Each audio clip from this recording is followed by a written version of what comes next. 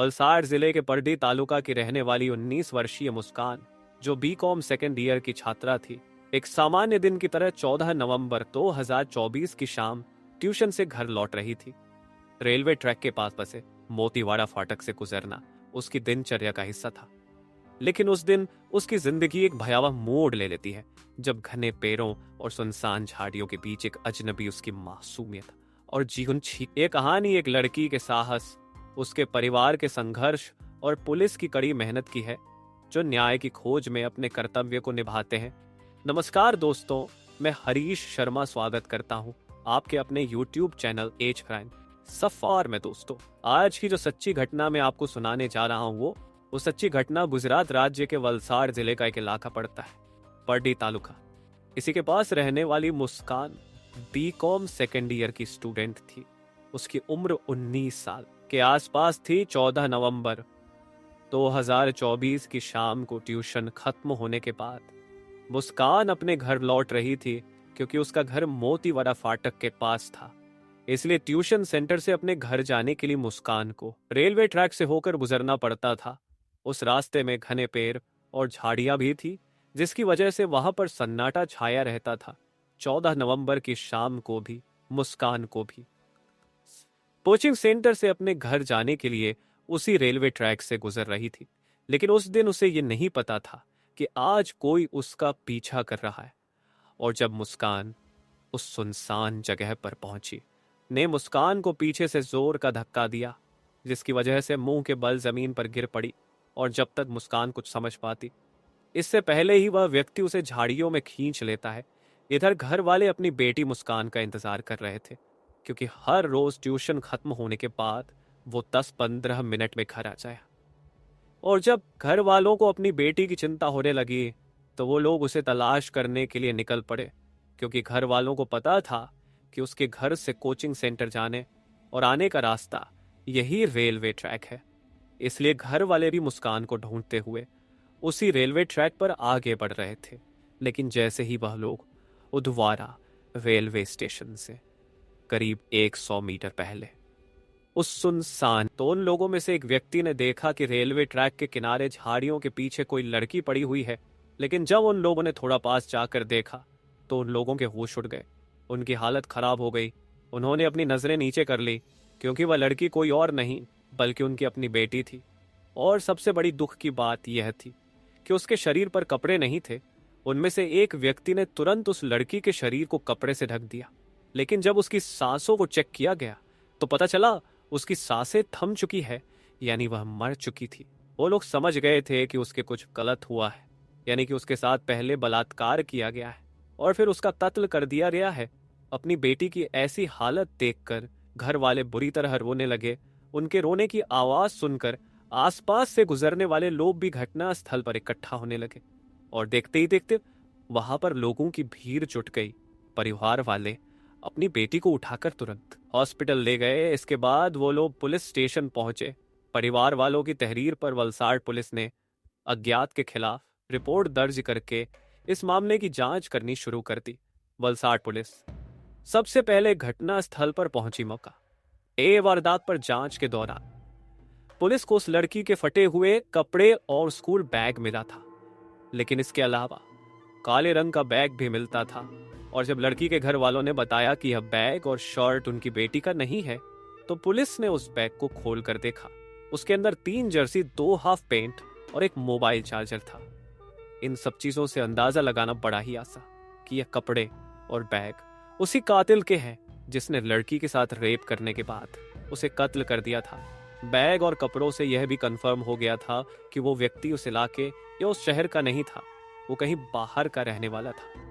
क्योंकि यह वारदात रेलवे स्टेशन के पास हुई थी, तो पुलिस ने अंदाजा लगाया कि शायद कातिल ट्रेन से आया होगा और वारदात को अंजाम देने के बाद या तो वह अभी ट्रेन का इंतजार कर रहा होगा, ट्रेन पकड़कर वहां से फरार हो गया होगा। इस बात का ख्याल आते ही पुलिस तुरंत रेलवे स्टेशन पर पहुंची। उन्होंने सोचा था कि आरोपी रेलवे स्टेशन के सीसीटीवी कैमरे में जरूर दिख जाएगा। लेकिन स्टेशन पहुंचकर पुलिस को पता चला कि उदवाड़ा रेलवे स्टेशन पर एक भी सीसीटीवी कैमरा नहीं है। इधर लड़की की पोस्टमार्टम रिपोर्ट से पता चलता है कि मौत से पहले और मौत के बाद भी उसके साथ दुष्कर्म किया गया था। लेकिन अब यह पता लगाना बहुत ही मुश्किल था कि कातिल वहां से कब और किस ट्रेन में सवार हुआ है और किधर गया है। हालांकि बिना आईडी प्रूफ के कातिल को ढूंढना मुश्किल था, लेकिन गुजरात पुलिस को लग रहा था कि इस वारदात को अंजाम देने के बाद वह व्यक्ति उस इलाके से फरार हो चुका है। इस शक के चलते ही वलसाड़ पुलिस ने तुरंत कई टीमें बनाई, जिसके बाद उन्होंने उदवाड़ा रेलवे स्टेशन के आगे और पीछे के हर एक रेलवे स्टेशन के सीसीटीवी कैमरा को खंगालना शुरू कर दिया। हालांकि पुलिस को इतनी देर के बाद भी उस व्यक्ति के बारे में कोई सुराग मिलने के चांस बहुत कम थे, क्योंकि अगर वह इंसान किसी दूर के स्टेट से यहां आया था तो हो सकता था कि वह आसपास किसी स्टेशन में उतरकर कहीं छुप गया हो। लेकिन फिर भी पुलिस अपनी जांच को आगे बढ़ाती है। आखिरकार वलसाड़ पुलिस की मेहनत रंग लाई और उदवाड़ा रेलवे स्टेशन से पहले स्टेशन पर लगे एक सीसीटीवी कैमरे में एक व्यक्ति नजर आया। क्योंकि उसका चेहरा तो पुलिस को मालूम नहीं था, लेकिन उस फुटेज को देखकर पुलिस इसलिए चौंक गई थी क्योंकि उस व्यक्ति ने वही शर्ट पहन रखी थी जो पुलिस को घटना स्थल पर पड़े उस बैग से मिली थी। उसकी पीठ पर वो ब्लैक कलर का बैग भी दिखाई दे रहा था। लेकिन अजीब बात यह थी कि वो व्यक्ति थोड़ा लंगड़ा कर चल रहा था। उस दरिंदे की पहचान तो हो चुकी थी, लेकिन अभी वह पकड़ा नहीं था। आगे के सीसीटीवी कैमरा को चेक करने से पता चलता है कि वो वहां से मुंबई जाने वाली ट्रेन में चढ़ा था। इसके बाद वलसाड़ पुलिस ने मुंबई तक जाने वाले रूट पर पड़ने वाले सभी रेलवे स्टेशंस पर लगे सीसीटीवी कैमरों की जांच करने का फैसला किया। वलसाड़ पुलिस को पता चला कि उस व्यक्ति को वापस स्टेशन पर मुंबई जाने वाली एक ट्रेन में सवार होते हुए देखा गया है। पुलिस समझ गई थी कि उसे पकड़ना आसान नहीं है, क्योंकि वह व्यक्ति बार बार अपनी जगह बदल रहा था। लेकिन पुलिस के लिए अच्छी बात यह थी कि वह अक्सर ट्रेन से ही सफर कर रहा था, जिसकी वजह से पुलिस को उसकी लोकेशन का पता चल रहा था। वह पहले उदवाड़ा से वापी पहुंचा और अब वापी से मुंबई पहुंच गया था। इसके बाद उसे मुंबई के दादर रेलवे स्टेशन पर देखा गया था। वह नजर नहीं आया, यानी पुलिस के हाथ एक बार फिर से खाली थे। लेकिन पुलिस ने हिम्मत नहीं हारी। इसके बाद पुलिस की एक टीम गुजरात की सभी जेलों से जितने कैदियों को हाल ही में जमानत मिली थी, उन सभी का रिकॉर्ड चेक करना शुरू करती है और रिहा किए गए कैदियों की फोटोज को उस सीसीटीवी फुटेज में दिख रहे व्यक्ति से मैच करती है। लेकिन वह फोटो किसी से भी मैच नहीं होती। इसके बाद वह फोटो सभी राज्यों में सेंड कर दी गई। दूसरे राज्यों की पुलिस भी जेल के रिकॉर्ड्स को चेक करना शुरू करती है और तभी पुलिस को एक बहुत बड़ी कामयाबी मिलती है।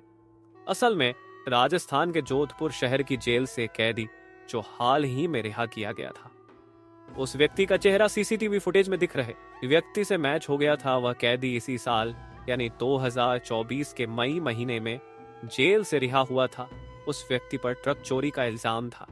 चेहरा मैच हो जाने के बाद जब उस व्यक्ति के बारे में जानकारी जुटाई गई तो पता चला राहुल जाट है, जो हरियाणा के रोहतक का रहने वाला है। इस बात का पता चलते ही पुलिस बिना समय गंवाए तुरंत रोहतक में राहुल के घर पहुंचती है। लेकिन राहुल अपने घर पर नहीं था। पूछताछ करने पर पता चला कि राहुल अक्सर लड़ाई झगड़ा करता था। वो चोरी के इल्जाम में कई बार जेल भी जा चुका था।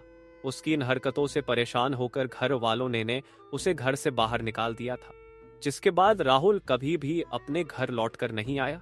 और इस तरह पुलिस की इन्वेस्टिगेशन फिर से मुंबई आकर फिर रुक जाती है, क्योंकि आखिरी बार राहुल को मुंबई के दादर में ही देखा गया था। पुलिस उसे तलाश करने की हर कोशिश कर रही थी। हर तरफ मुखबिर का जाल फैला दिया गया था। हर स्टेशन की पुलिस और वहां पर काम करने वाले लोगों को राहुल की फोटोज दी जा चुकी थी।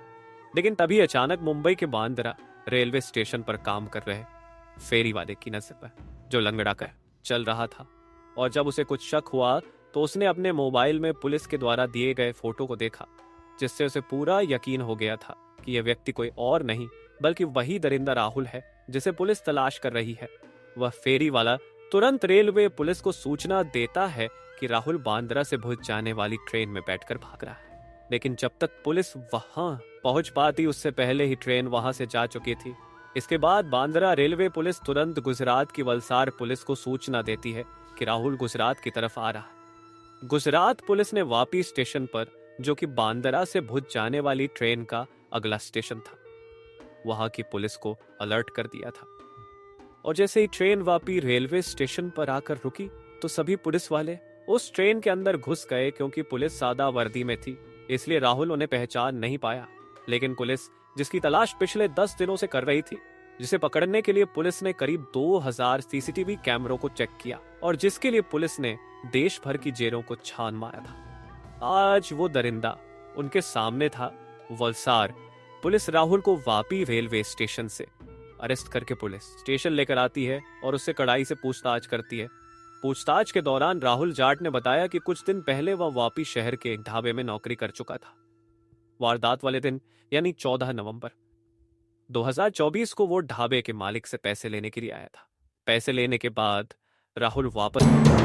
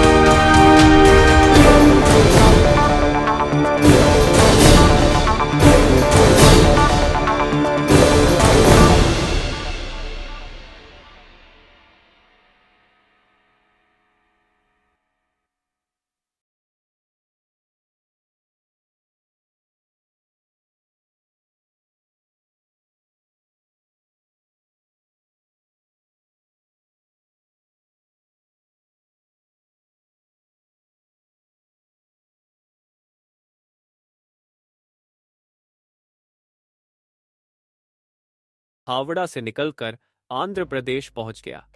आंध्र प्रदेश में वो एक रेलवे स्टेशन पर फिर से ट्रेन में घुसता है। वहां वो एक और महिला को कत्ल करता है। इसके बाद वो सिकंदराबाद रेलवे स्टेशन पर पहुंचता है। वहां से एक ट्रेन जो पुणे से कन्याकुमारी जा रही थी, उसमें भी राहुल एक महिला के साथ दुष्कर्म करता है और उसे भी खत्म कर देता है। राहुल ने बताया कि उसने सबसे पहला कत्ल 8 जून 2024 को ट्रेन में किया था। 30 अक्टूबर को उसने दूसरा कत्ल भी ट्रेन के अंदर ही किया था।